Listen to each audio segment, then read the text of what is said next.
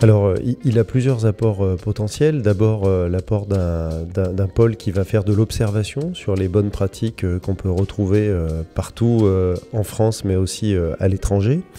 Un rôle de fédérateur de l'ensemble des acteurs. Un rôle de formateur dans une période où les choses sont un peu compliquées. Je pense que les professionnels du tourisme doivent se former. Et puis, un rôle de recherche sur les marchés de demain, les clients de demain.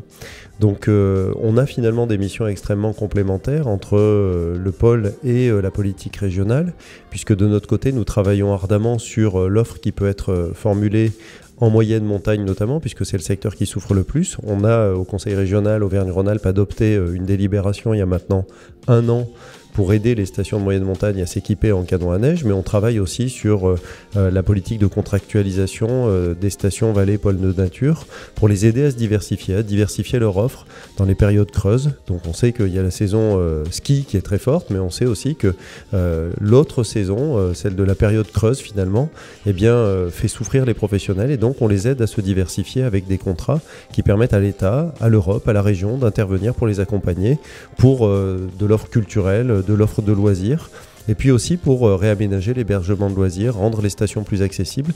Donc finalement, on a vraiment un complément entre cette mission que la région s'est assignée de travailler sur les infrastructures et la mission que le pôle va porter en termes de développement des marchés et des clientèles dans les stations.